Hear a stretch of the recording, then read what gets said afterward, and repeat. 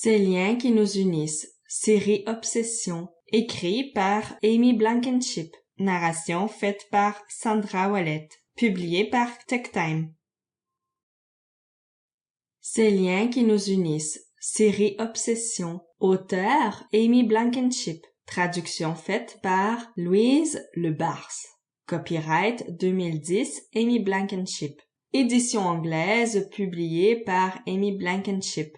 Édition française publiée par TechTime. Tout droit réservé.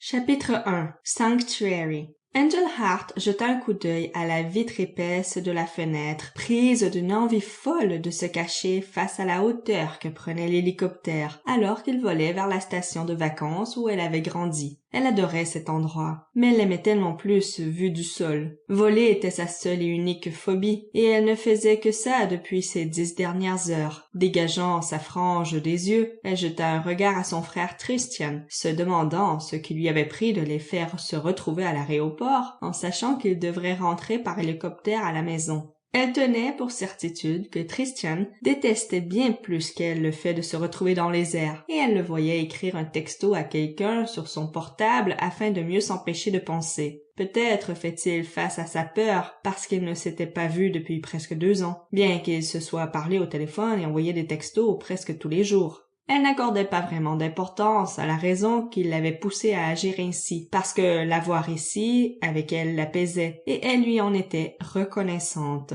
Pour échapper au bruit de l'hélicoptère, Angel laissait ses pensées dériver sur ces 2 dernières années. Lorsque les parents avaient divorcé, son père l'avait emmené en Californie pendant que Christian avait été forcé à rester à Sanctuary avec leur mère. Puisque Sanctuary était trop loin et que personne n'aimait voyager dans les airs, la distance avait été la seule raison qui les ait empêchés de se voir. Elle n'avait pas réalisé à quel point Christian lui avait manqué jusqu'à ce qu'elle l'ait vu qui les attendait, tout seul, à l'aéroport. Il était adossé à un mur face à la porte qu'ils avaient franchie. Dès qu'ils s'étaient vus, elle avait accouru vers lui tandis qu'il ouvrait les bras pour l'accueillir. Son grand frère, Christian, avait toujours été le premier à qui elle parlait au matin et le dernier qu'elle voyait avant de fermer les yeux. En grandissant, ils avaient même réussi à convaincre leurs parents qu'ils souffraient d'un problème de somnambulisme parce qu'ils se levaient au beau milieu de la nuit pour s'endormir dans le même lit. Leur mère avait tenté d'y mettre un terme quand ils étaient devenus un peu plus grands, en fermant leur porte à clé la nuit.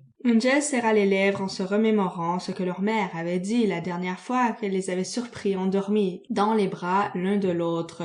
C'est un péché, cette attitude. Vous vous comportez comme des amants plutôt que comme un frère et une sœur. Leur mère avait prononcé ces paroles d'un ton non pas affectueux, mais dégoûté, cette nuit-là. Christian avait rapidement trouvé un moyen de contourner ces stupides verrous. Il avait cassé un pan de mur derrière son placard pour pouvoir facilement accéder au petit corridor qui longeait secrètement les murs de l'hôtel où il vivait. Il avait fait la même chose au placard de sa sœur et toutes les nuits se faufilait par là, dans sa chambre, et dormait avec elle, réglant le réveil pour ne pas se faire prendre. Il lui avait dit que c'était leur mère, la perverse, à penser que leur relation était mauvaise et malsaine. Il avait même souligné que dans de nombreux pays de taille bien plus modeste, tous les membres d'une famille se baignaient et dormaient ensemble, et que dans d'autres, c'était même parfaitement normal de se marier avec son frère ou sa sœur. Christian l'avait convaincu que c'était leur mère la pécheresse, quand elle tentait ainsi de les séparer. Angel avait décidé longtemps auparavant de garder pour elle ses secrets et ceux de Christian, et que cela ne regardait personne d'autre. Elle lui faisait confiance.